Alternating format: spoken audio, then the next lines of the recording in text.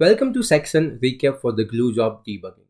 So in this whole section, we created a glue job with the cloud formation and we made this job failed multiple times to see what is happening and where was the mistakes we made while creating our job.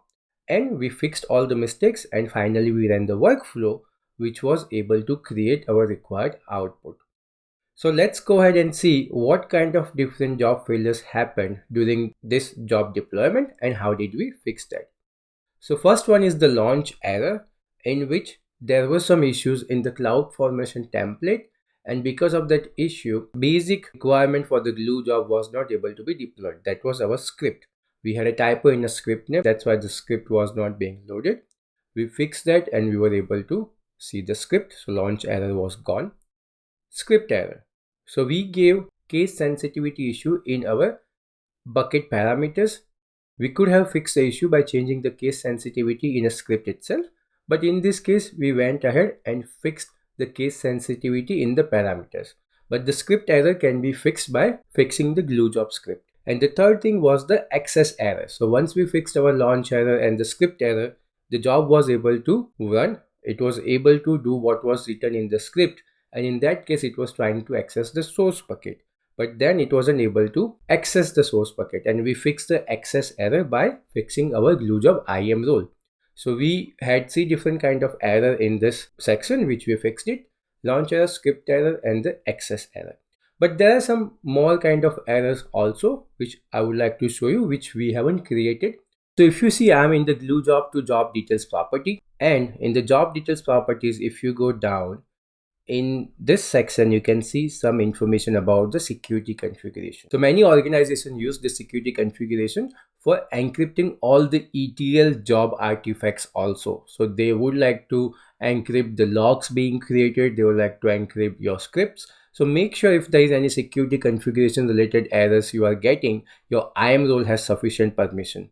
And you can also get the connections related errors, because in any organization your whole account will be under VPC. So if there is any VPC connection, lots of connection, and if you are getting those connection error, make sure to check over here and fix that.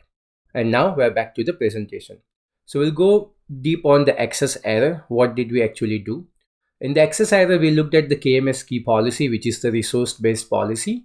We made sure that our default KMS key policy is there, and that's the reason our role is able to use the KMS key. So there was no update needed to make here. So we had this default KMS policy and we didn't need to make any update.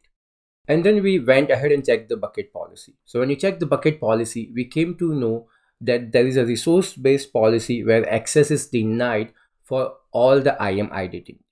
So we went ahead and update the policy, and this is the update we made in the policy where we said, okay, keep denying access to everything except if the condition is like glue job role line, which we added, and we added the line for our root account. So we can go and take a look at our bucket and see what are the other configurations for the bucket, because as the access was denied, we are not able to see any configuration. So we updated the policy and then you are able to see the bucket. So once the policy was updated, we ran the job failed again, and then we went to see the KMS key inline policy. So what is inline policy? We didn't use the manage policy to give the KMS full access. We used the inline policy to create a very scoped permissions for our glue job role, where we provided the ARN for our KMS key ID, and then we just give allow action only on the specific things the glue job role needed, and once we gave it permission, our glue job succeed. So in a nutshell, we try to create an environment where you actually work on a glue job, or you are working in a company where your glue job fails. So it will create a mindset for you to how to go and debug the error and how to go and check where could be the failure and fix the issue. So thank you very much for watching this lecture.